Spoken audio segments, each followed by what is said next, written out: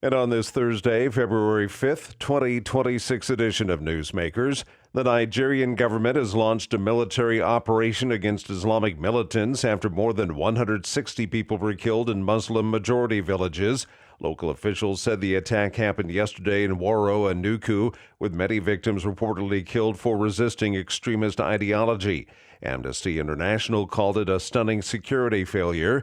No group has claimed responsibility, but officials suspect various Islamic militant groups. President Bola Tinubu's office says a Nigerian army battalion will be deployed to the area to protect communities. Separately, the Kaduna state governor announced today that all 183 Christians taken in 3 simultaneous church abductions last month have been released. Of the abducted, 89 of them were rescued yesterday, according to the governor. He gave no details, although analysts say sometimes the government pays a ransom. The 74th National Prayer Breakfast was held this morning at the Washington, D.C. Hilton Hotel. President Trump spoke at the gathering. They said, "Sir, you're going to be speaking at 7." I said, "Really? Oh, that's wonderful." I said, "Where? National Prayer Breakfast." I said, "I'll be there. I'm afraid not to be.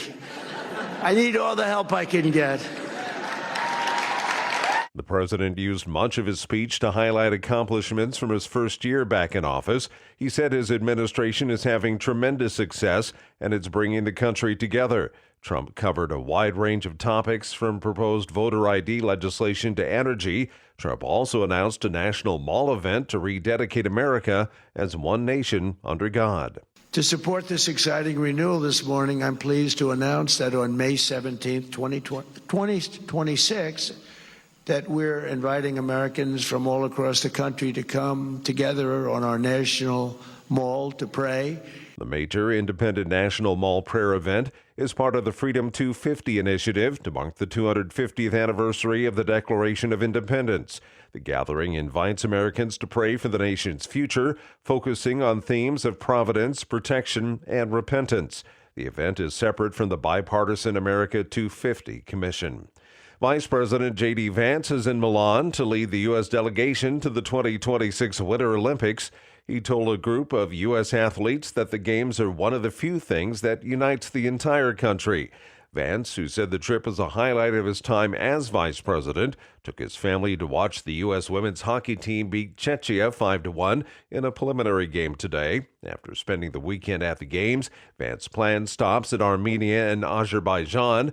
It's a show of support for an agreement the two nations signed at the White House last year, aimed at ending decades of conflict between them.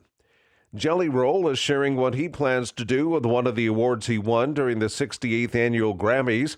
According to the singer's wife, he's planning on gifting one award to the Davidson County Juvenile Detention Center in Nashville, Tennessee, where he spent some of his teenage years. His wife said the trophy is going to them to, quote, kind of give them a little inspiration. Jelly Roll took home a Grammy for Best Country Group Performance, Best Contemporary Country Album, and Best Contemporary Christian Music Performance Song during the Grammy Awards.